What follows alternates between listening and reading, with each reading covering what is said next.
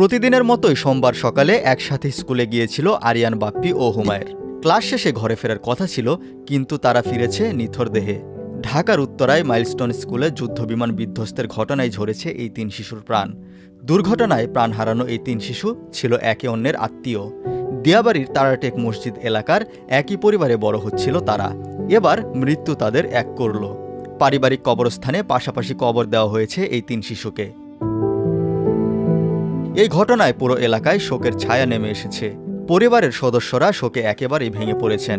তবু কান্নাজড়িত কণ্ঠে কথাগুলো বলেন বাপ্পির বাবা। তিনি জানান এই মাসেই তার বাবা মারা গেছেন, আবার এখন হারিয়েছেন ছেলেকে। আমার বাবা মারা গেছে জুলাই মাসের 5 তারিখে। এই যে 5 তারিখে দেখেন আমার আব্বার মৃত্যুবার্ষিকী একটা গরু কিনে আনা হয়েছে। ওই গরুর সেবার জন্য ওই ঘাস কাটতে গেছে। একটু শরীরে বৃষ্টি পড়ছে, পানি ভিজে আমার ছেলে না দীর্ঘ 10 দিন অসুস্থ ছিল।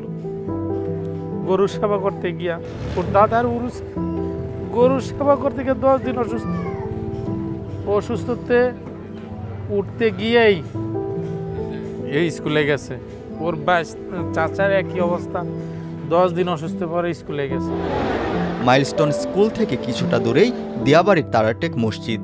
সেখানেই পরিবারের সঙ্গে বসবাস করতেন 10 বছরের শিশু আরিয়ান এবং 9 বছরের বাপ্পি ও হুমায়ের।